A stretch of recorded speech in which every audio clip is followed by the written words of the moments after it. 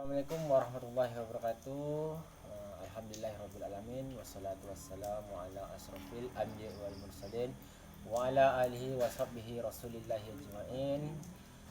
Puji syukur kehadirat Allah Subhanahu wa taala yang masih melimpahkan karunia dan nikmatnya pada kita, dan tidak lupa pula kita panjatkan salawat dan salam bagi baginda besar Muhammad sallallahu alaihi wasallam dengan ucapan Allahumma shalli ala sayyidina Muhammad wa ala ali sayyidina Muhammad.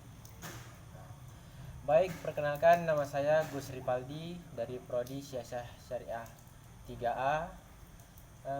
Dalam video ini bertujuan untuk memenuhi tugas ujian akhir semester dari mata kuliah Ilmu Mantik dan Logika yang diampu oleh dosen Pak Syafaatul Habib MPD, yang berjudul Cara Mengetahui Kebenaran Melalui Ilmu Mantik dan Logika.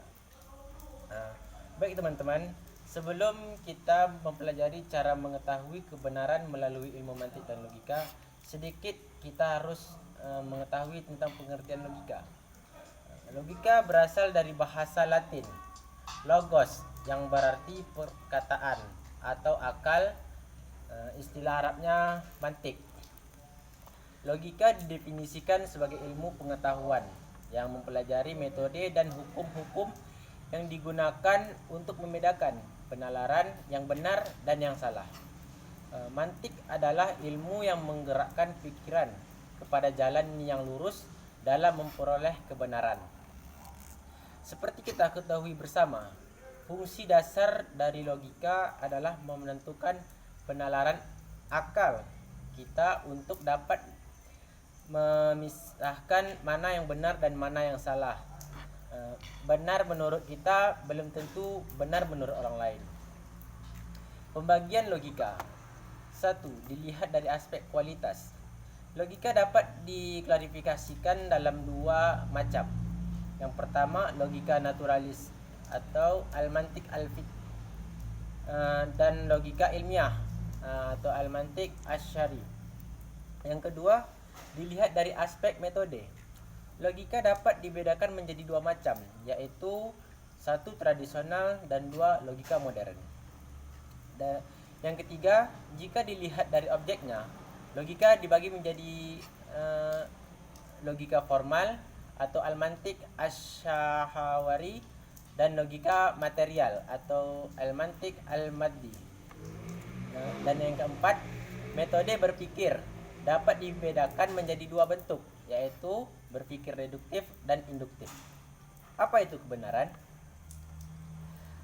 Sebelum masuk ke dalam penjelasan, tentunya kita harus melihat teori-teori dasar para tokoh-tokoh ilmu tentang arti kebenaran dalam sudut pandang keilmuan yang mereka telah ciptakan dan menjadi referensi pengetahuan bagi kita semua. Kebenaran adalah fidelity to the objective reality atau kesesuaian pikiran dengan kenyataan. Teori ini dianut oleh aliran realis. Pelopornya yaitu Plato, Aristoteles, dan More. Dikembangkan lebih lanjut oleh Ibnu Sina, Thomas Aquinas, dan dari abad skolatik, serta oleh Bertrand Russell pada abad modern. Cara mendapatkan kebenaran dalam sudut pandang logika adalah dengan terciptanya syarat-syarat keseluruhan sistem analisis dalam mengambil atau mendapatkan konklusi atau kesimpulan terhadap suatu keilmuan. Titik dari pengetahuan adalah tercapainya kebenaran keilmuan. Keilmuan memiliki sifat logis, yang oleh karena itu kepentingan keilmuan tidak mungkin melepaskan kepentingan terhadap logika. Kebenaran menurut sosiologis. Definisi sosiologis menurut penulis adalah ilmu yang mempelajari tentang hubungan masyarakat dengan individu. Begitupun sebaliknya.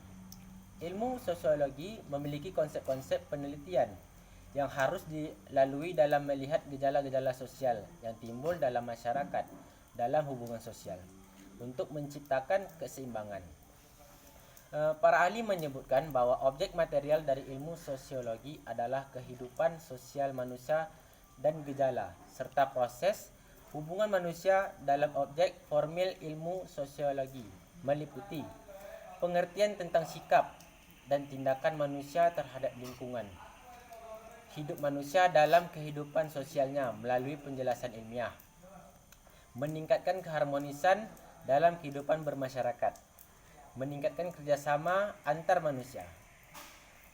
Dalam ilmu sosiologi, setelah mengenali atau mendapatkan objeknya, maka dilakukan metode penelitian yang dilakukan melalui pendekatan dengan metode kumulatif dan metode kuantitatif.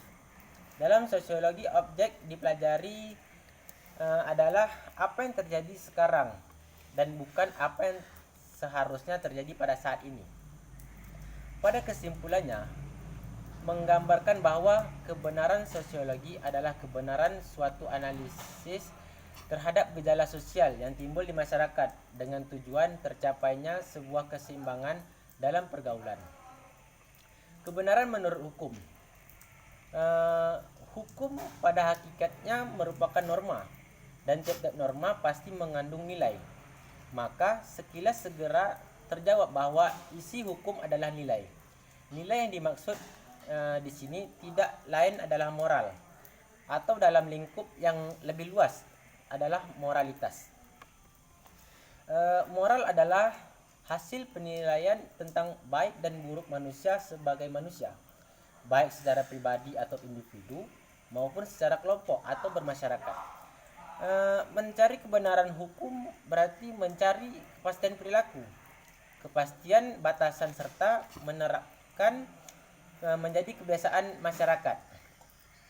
Dalam pemaparan singkat, berdasarkan beberapa referensi untuk pemahaman penulis, bisa disimpulkan bahwa kebenaran hukum adalah tercapainya suatu proses tindakan yang mencerminkan yaitu keadilan untuk keseimbangan, kepastian untuk ketetapan, kemanfaatan untuk kebahagiaan.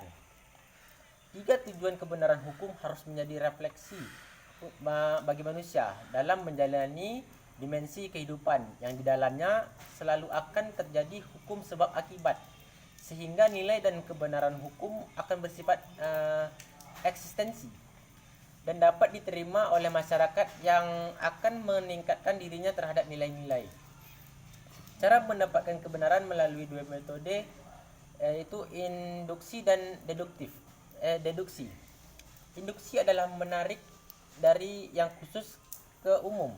Contoh, besi dipanaskan memuai, panas dipanaskan memuai, timah dipanaskan memuai, platina dipanaskan memuai. Jadi semua logam jika dipanaskan memuai. Yang kedua itu metode deduksi, adalah menarik dari yang umum ke khusus. Contoh, semua logam jika dipanaskan memuai. Besi adalah logam, maka besi jika dipanaskan memuai, dan seterusnya. Silogisme Aristoteles, semua manusia pasti mati. Umar adalah manusia. Premis mayor, maka Umar akan mati. Baik, sekian dari video yang saya sampaikan. Lebih dan kurang saya mohon maaf. Wabillahi taufiq wal hidayah. Assalamualaikum warahmatullahi wabarakatuh.